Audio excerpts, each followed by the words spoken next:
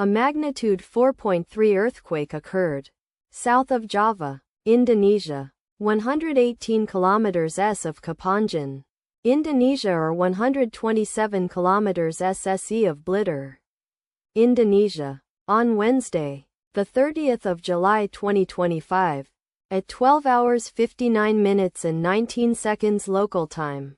The quake had a depth of 10 kilometers and was not felt, or at least not reported so. Data source from EMSC. Did you feel it?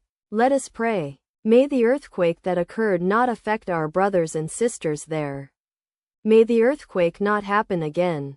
And may God protect everyone. Amen.